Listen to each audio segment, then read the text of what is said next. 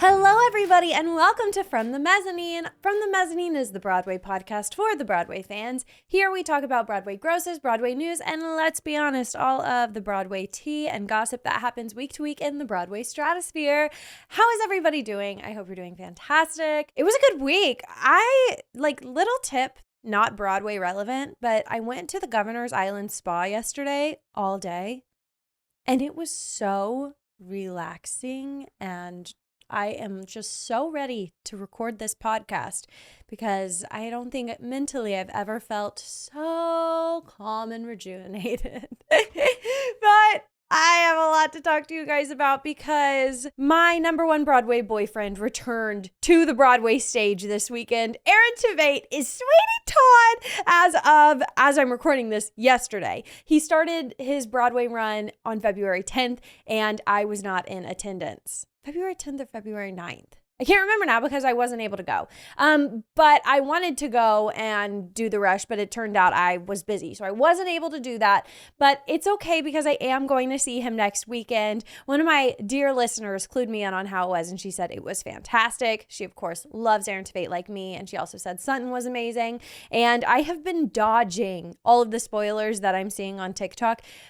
I mean, people are just recording in the theaters. Like, I've seen so many recordings or they're voice memoing it, and I'm steering clear of it until I've seen it myself. I heard they took Epiphany up a half octave. I don't care. I know people out there probably care. I don't care. Why wouldn't you want the song to suit the person who's singing it? But I haven't. I'm not going to be sad about that if they do, and if it suits his vocals better, then sure, great, let's do it. Let's bring it up a half an octave. Because honestly, I don't think my ears would be able to tell a difference anyways. But I did watch his Broadway bow, and I did see that he was signing playbills at the stage door.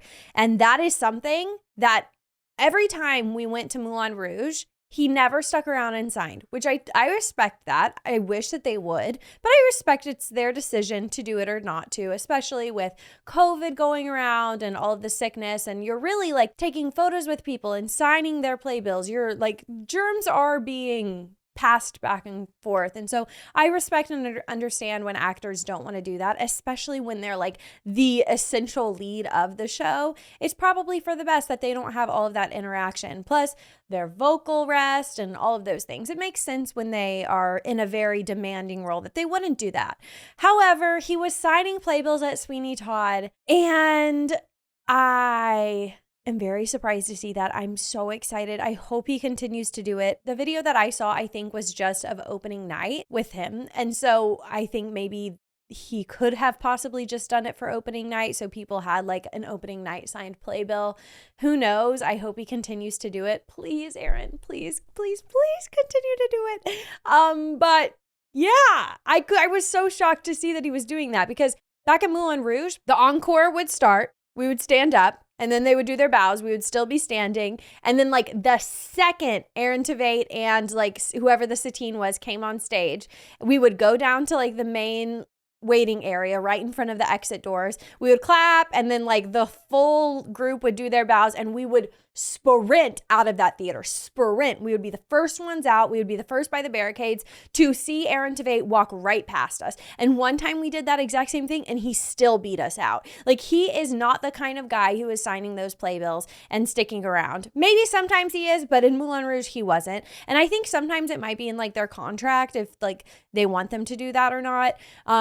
And like I said, it's fine that he didn't. However, like, we would do what it took just to watch him walk right across us, like walk in front of us to go get in his car and leave. But he is quick. Like, he takes absolutely no time to get ready for curtain. He's like at the theater 5 minutes beforehand, getting into costume and getting on stage. And then right after he leaves. At least that is what I've experienced with him. So to see him sticking around and signing playbills, you are some lucky Broadway fans if you got a signed playbill. I don't even have a signed playbill by him. I have a signed playbill by like everybody else in the Moulin Rouge cast except him. So that's on my new list of goals. And hopefully when we go and see him this coming weekend, he will sign our playbills. We will run. Me and my sister are going. She's coming to New York, and as they are doing the bows, we will run out to the stage door for sure and try to be out there quick to see him and hopefully get his signature. Eek. But anyways, I'm so happy he is back on Broadway. Alex, the friend of the pod, is already planning her trip. She has been saying, oh, I'm not going to come yet. Not yet. She's super busy. Plus she just moved and everything. So she's settling in at her new place. And so it's totally understandable. However, Aaron Tveit is on Broadway. So of course she had to drop everything and she's coming now, especially once I sent her the video that he was signing playbill. She was like, okay, I'm there. But Aaron Tveit is going to be on until May 6th as of now. Maybe they'll extend it. Who knows? I hope that they do. But right now, as it stands, he's on until May 6th, as well as Sutton Foster, which I know a lot of people like her, and I'm kind of warming up to her. From what I've seen, I do think she's going to be really, really good. Anyways, I'm so excited to see Sweeney again. I just love that show as a whole, and then the fact that it's Aaron Tveit in it. Oh my God, I'm gonna die. I'm so excited. But as we are talking about this new week in all of these castings coming to stage, we also have to talk about the fact that Boy George has joined the Moulin Rouge this week. I was really excited for him to come to the Moulin Rouge. I thought he was a good casting for Harold Zidler. He kind of fits that Harold Zidler mold really, really well, just from his personality and things that I've seen about him, things I've known about him. He's giving Harold Zidler in a lot of things that he does. But unfortunately, if I gave you any high hopes about his performance, and hopefully it does improve, there's a chance that it will. I have heard videos of his performance. And let's not even talk about his vocal abilities, because yes, they are lacking. However, but I want to talk about the fact that he came in at the wrong time in Chandelier. So it starts out, party girls, don't get hurt. And he came in at the right part at first, but then he thought he came in at the wrong part. So then he came in 8 beats later, and then the entire song was off, and the cast had to come in in the middle of his solo because he had started late. And it's just you want to give them some grace and say, oh, he was nervous. There's always a chance that, his nerves got the best of him. But he's a pop icon. He's been a celebrity since he was young. He's used to this. And he's been on Broadway before in Taboo. And I just think that we have to be more strategic with our stunt castings. Are we making these people audition, or are we just giving it to them? Because I swear there's no way that he auditioned and got it with his vocal abilities. He's Harold Zidler. You can be a personality hire to play Harold Zidler fully. If your vocals are lacking, if you are giving it to us in terms of personality, you're good. You've got it, Harold. He doesn't have to be the most incredibly professionally profound vocalist on stage at the Moulin Rouge. But if you're giving us fun, you're giving us energy, you're giving us the dance moves, you're giving us vibrance, that's what we need from Harold Zidler. And he's not doing either. Boy George is not giving us vocal technique, and he is not giving us the power and the fun that Harold Zidler brings to it. He's supposed to just kind of be the owner of the Moulin Rouge, and he's putting it on, but he also is juicing it up and energizing the crowd, and he's the ringleader, and he's not giving that. He's standing on stage. He's being closed off. His body language is giving not open at all, and he's just singing his songs. I haven't seen it. I've only seen it in videos or voice memos, but I just don't get it. If that role is really, really essential. And if you're going to the Moulin Rouge just exclusively to see the stunt casting of Boy George, you will be let down. A lot of people, I think, probably don't know who Boy George is anymore. I think everybody knows his song, Come a Come a Chameleon. And that's why I was really excited for him to join, because I thought in my head, okay, this is a good casting. He's going to be able to bring it because he is a colorful personality, much like Harold Zidler. But it's just not working, unfortunately. And I hate to be so negative about it, but I just couldn't believe he came in at the wrong time for his big solo. He's been rehearsing for this, but who knows? Maybe there was something that happened. That's what I'm going to lead myself to believe, because I just can't fathom the fact that you've been in rehearsals tirelessly and you seem so ill-prepared. It hurts, especially for a character so beloved as Harold Zidler.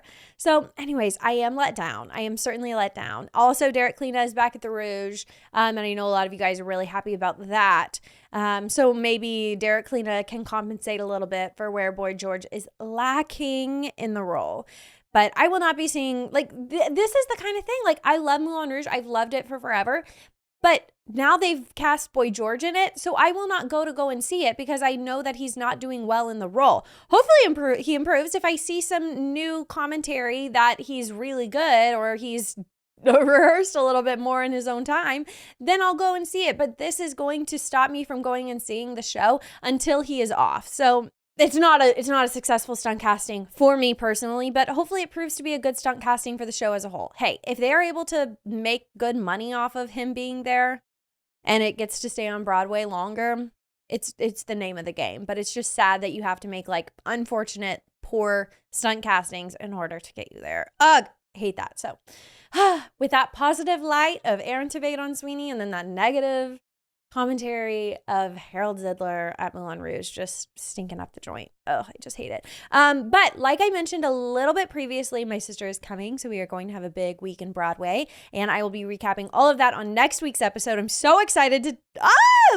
I'm so excited to see Aaron as Sweeney. We're going to rush it. So hopefully we get good seats. And then we're going to see Merrily We Roll Along. I can't even believe I'm saying that. I never thought I was going to see Merrily just because the tickets were so expensive. And even still, they're really expensive and they only offer lottery. And I don't think the odds of me winning the lottery are high at all. And so we bought the tickets to go and see it. We don't have incredible seats, but I'm really excited that nevertheless, I'm given the opportunity to go and see it. I had just like when these shows come out that are so popular that their tickets are $500, I just like accept in my heart. Like I'm not trying to even enter the lottery every week, or I'm not like upset that I'm not able to see it. If it's out of my price range, it's out of my price range, and that's that. So I accepted the fact that I wouldn't be able to see Merrily, even though I desperately wanted to see Jonathan Groff, and I of course was seeing all of the positive things about it. And I hope it lives up to expectation. I really think that it will. I've heard the music, the soundtrack that they released, and I really liked it. I think it's going to tell a very interesting story, and more than anything, I'm excited to see this cast and be able to comment on Merrily We Roll Along to you guys next week. Eek, I'm so excited. With that, guys, let's head on into our Broadway Grosses. This is the week of Grosses ending on February 4th. So this doesn't account for Harold Zidler, Boy George. This doesn't account for Aaron Tveit and Sweeney. That'll all happen next week. So let's look.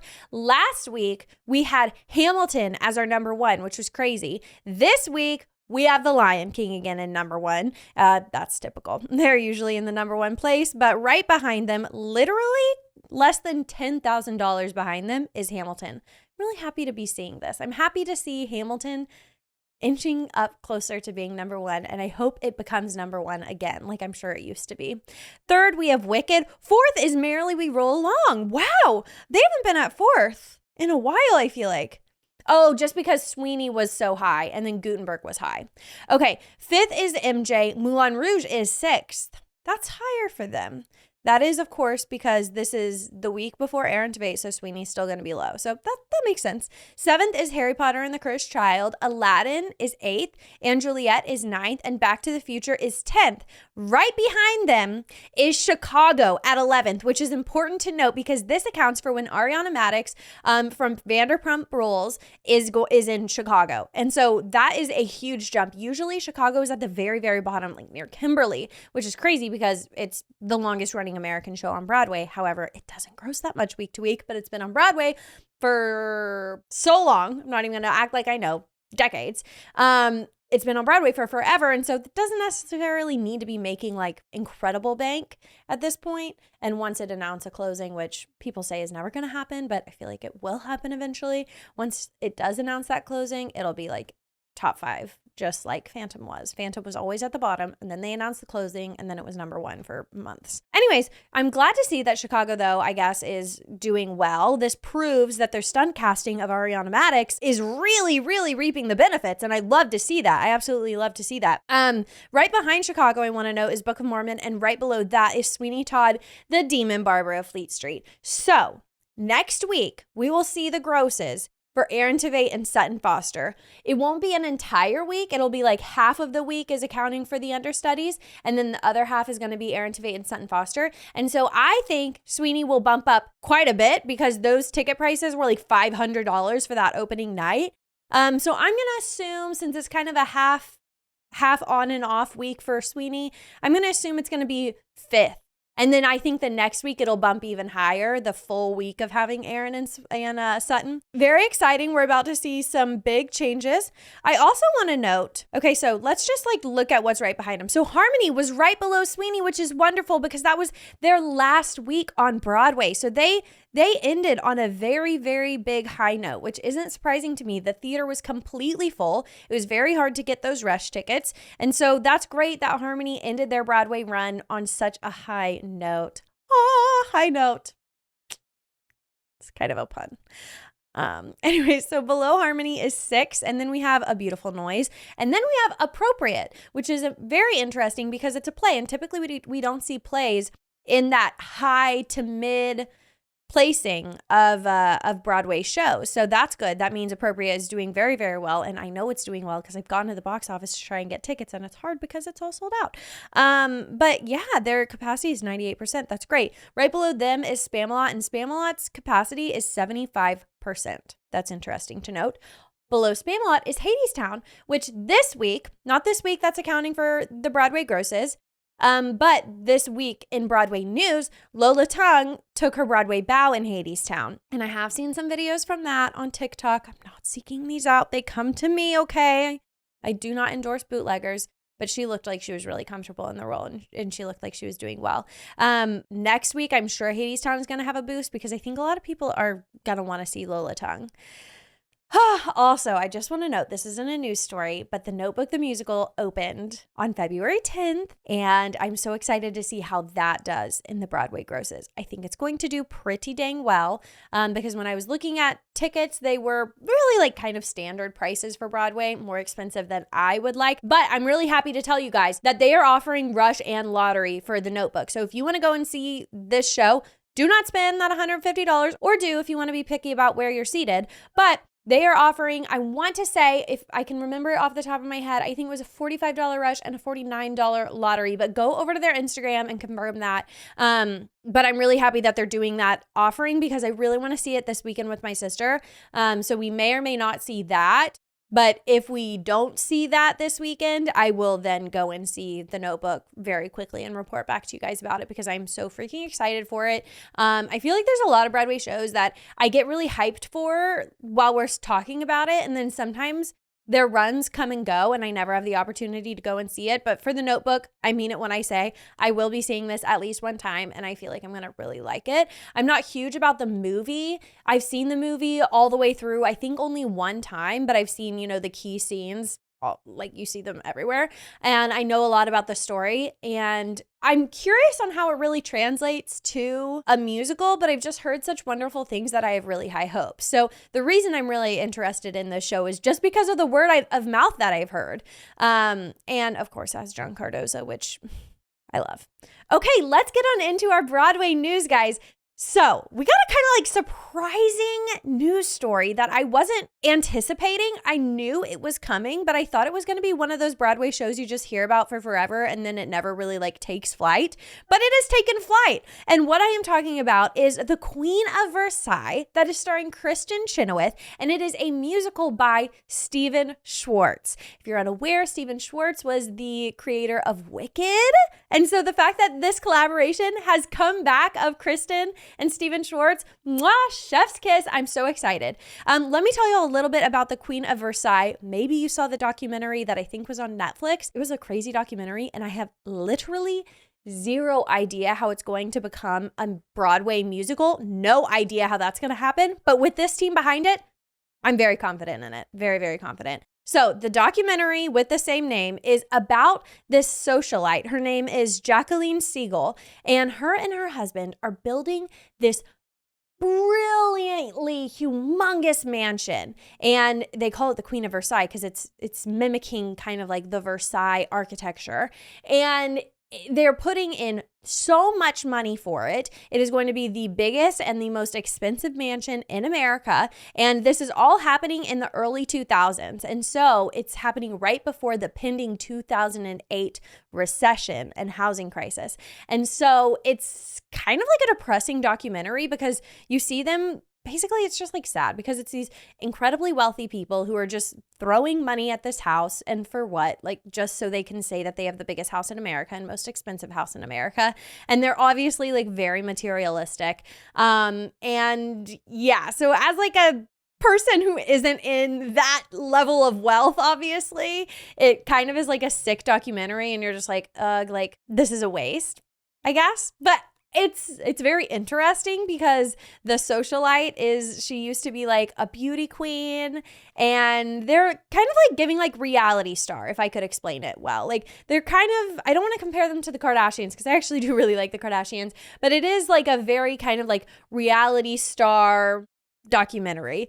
But I can see Kristen Chenoweth playing the Queen of Versailles very, very well. And what really surprised me is the fact that her husband is being played by F. Murray Abraham, who you may know if you saw the latest season of White Lotus. He played the grandpa, but he's also been in a ton of Broadway productions, 13 to be exact. So he's very well versed in doing Broadway as well, which I hadn't known. I only know him as playing that grandpa in White Lotus, but he is going to be playing the husband, so Kristen Chenoweth's counterpart, David Siegel.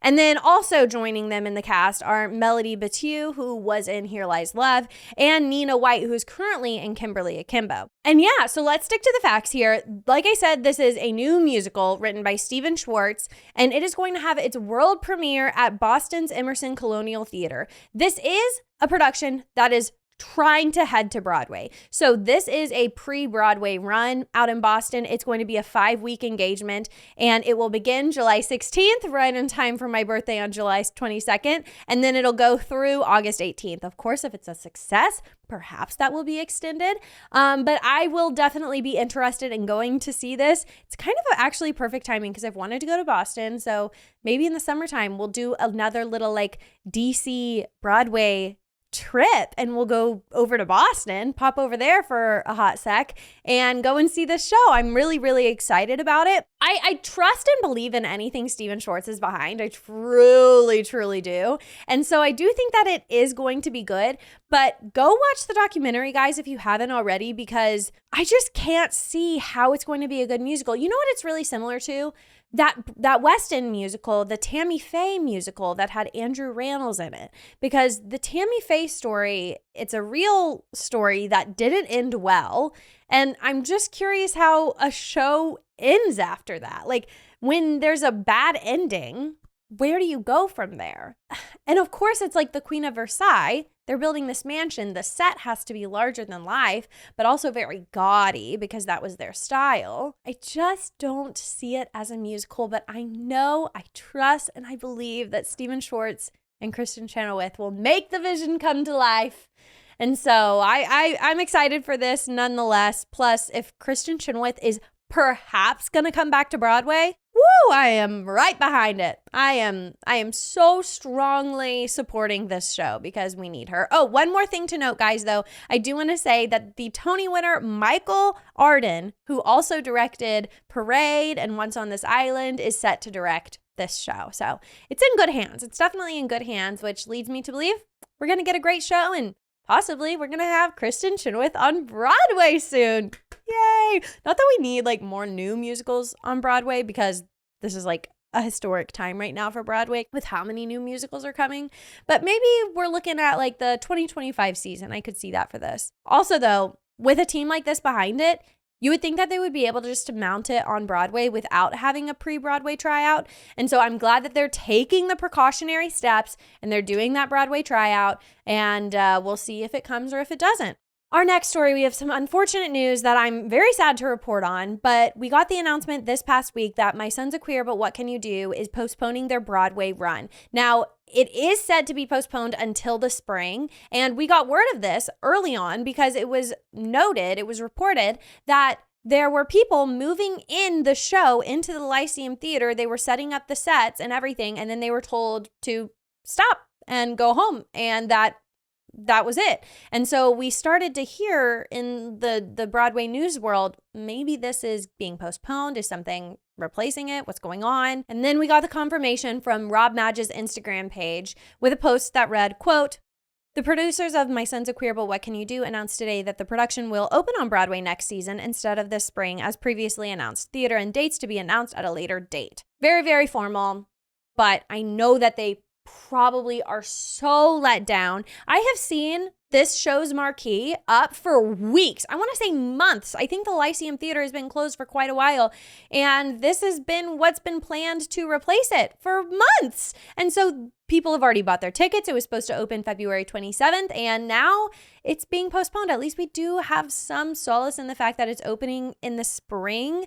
Hopefully, you never know what's going to happen in the Broadway world. Things can shake up. And it was literally, at the time of opening, it was like 2 or 3 weeks away from opening. And then all of a sudden, boop, postponed. We don't have the reasoning. We don't know yet. Perhaps I would aim to guess that the Lyceum Theater got a, air quotes, better production to fill the theater. And I hate saying, quote, better, because this is a queer story. These are honestly far and few between on Broadway, which should certainly not be the case considering this community embraces the LGBTQ plus community so heavily, and it's made up of people in that community, and it needs that representation on Broadway. Like, we need air to breathe. Like, that story needs to be told on Broadway. I hope and I pray and I believe, because I have faith in the industry that I support so heavily, I believe that it will come back to Broadway, because if it doesn't, that will be so bad, and that will look so poorly on whoever owns the Lyceum Theater. I'm not sure which big theater organization owns it, but anyways, this is just really unfortunate, and I know a lot of you guys were probably really excited. Rob Madge has incredible support on social media. I know Alex, my good friend, she has followed him online for forever, and this was one of her most anticipated shows of the season, and so I just know a lot of people were interested in seeing this, and for them to yank it off the Broadway stage or postpone it, which I hope it is just postponed, is really unfortunate. So I feel for Rob Madge. I'm sure that they are really let down. I don't know how they're feeling at this time, but that's got to be hard. It's a one-man show, and they were going to make their Broadway debut. Like, come on, that's incredible. Oh my God, that would have been huge. And so I'm sure they're incredibly disappointed, and I feel for you. I feel for you, Rob, and I would have loved to come and support you in this, but I will come and support you in the spring when your show comes. So it's all okay. It's all okay, hopefully. But it is sad. Crazy how things can happen so quickly in the Broadway sphere. Moving on to our very last news story of this week is some Moana news. I know y'all probably weren't expecting this, but Moana is a musical. The original one the songs were written by Lin-Manuel Miranda, so of course we have to report on it. And we got a lot of news on Moana this week, so I want to just talk about it real quick before I let you guys go. So, one, we got a trailer from Moana 2, and this is the animated Disney movie Moana 2. Let me make that clear, because there's another Moana movie that's coming too. So Moana 2, we got announced that it is going to be coming into theaters November 27th of this year. Bob Iger said in a press release, quote, "Moana remains an incredibly popular franchise, and we can't wait to give you more Moana and Maui when Moana 2 comes to theaters in November," quote. So I want to talk about this mainly because Lin-Manuel Miranda is not working on Moana 2. You know who is? The musical duo Barlow and Bear. Does that ring a bell? If it does, it's because they were the geniuses behind the Grammy Award-winning unofficial Bridgerton musical. We talked so heavily about that Bridgerton musical when all of the scandal was coming out. What with Netflix suing them, what were they going to do? They wrote this unofficial Bridgerton musical, but we're using the intellectual property of Netflix. So they are a young writing duo, and they have found such incredible success, and they've remained very prevalent on social media. But the fact that now they are breaking through to doing the music for Moana 2, mind blown. I was not expecting that. I'm very happy for them. I think this is an incredible opportunity. I'm very curious, though, on if they are going to try and imitate and emulate what Lin-Manuel Miranda did on the first Moana. Those songs are iconic. They are essential to the fabric of Disney at this point. And so I'm so curious if these two pull it off, which I'm sure they will, because they were given the job for a reason. they're going to skyrocket. And let's be honest, having a relationship with Disney like this, it pays dividends down the line. What I'm trying to say is this won't be their first musical to write for Disney if they do find success in this. So that's interesting. Don't expect the same rhythm and rhymes that Lin-Manuel Miranda brings in Moana, because now it is going to be written by Barlow and Bear. But hey, maybe it'll even be better. I have hope. But Lin-Manuel Miranda is not quite out of a job, because we are also anticipating Moana, the live action version. And Dwayne "The Rock" Johnson, who of course played Maui in the original Moana, he has been very vocal about this live action remake that is happening. I think we're going to get Moana overload, but whatever. But Lin-Manuel Miranda is writing the music for Moana live action. I do want to note that Ali'i Cravalho is not going to be in the live action version. They have found another person to play Moana. However, she is still involved in Moana 2 and will be doing the voice for that. It's just really interesting. It's kind of like a mix and mash of the people of Moana, and it's kind of crazy because these things are happening somewhat simultaneously. Let's just say I'm sure Dwayne "The Rock" Johnson, who has to be in both, is very, very busy right now. But Lynn, we look forward to your musical masterpieces that are going to be in the Moana live action version. However, I assume like the live action version is just going to be like the first Moana. Maybe there's going to be a couple new songs, but it's probably not going to be an entirely new score. I'm sure they're going to sing, obviously, like "The Line with the Sea, It Calls Me." They're going to sing all of the major songs. And "You're Welcome," I'm sure, but I bet there's going to be some new things in there. Or they're going to spice it up somehow. But yeah, I was very intrigued to learn that Lin was not doing Moana 2. But it makes sense that he's busy with the live action. Plus he has his toe dipped in so many things. So he's a busy man. Oh, to quote Dwayne "The Rock" Johnson, though, he says, quote, "Lin-Manuel Miranda's coming back. We're doing the music. Tommy Kail is our director who directed Hamilton. You put everybody together and you want to put the best team together and then you really go for it," quote. So I have good hopes for Moana live action. Interested in Moana 2. I'm definitely going to be seeing that as well to see how it compares, if the music sounds different, and what's the overall feeling once Lin isn't making these incredible Disney songs. But we shall see. Only time will tell. That wraps up our news this week, guys.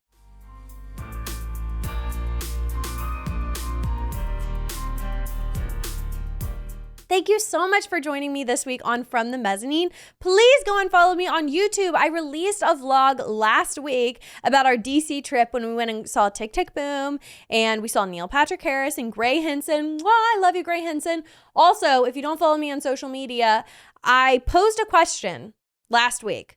We were trying to figure out how tall Gray Henson was, and Gray Henson spoke up. He reached out to me on Instagram and told me that he is 6'3". So we have our answer. Gray Henson is 6'3". That was the big question that we asked last week. And I can't believe Gray Henson knows that I exist.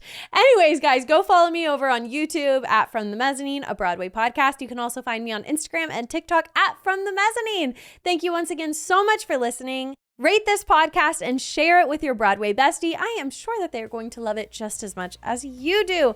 Thanks once again for listening, and I will see you next Tuesday. Bye!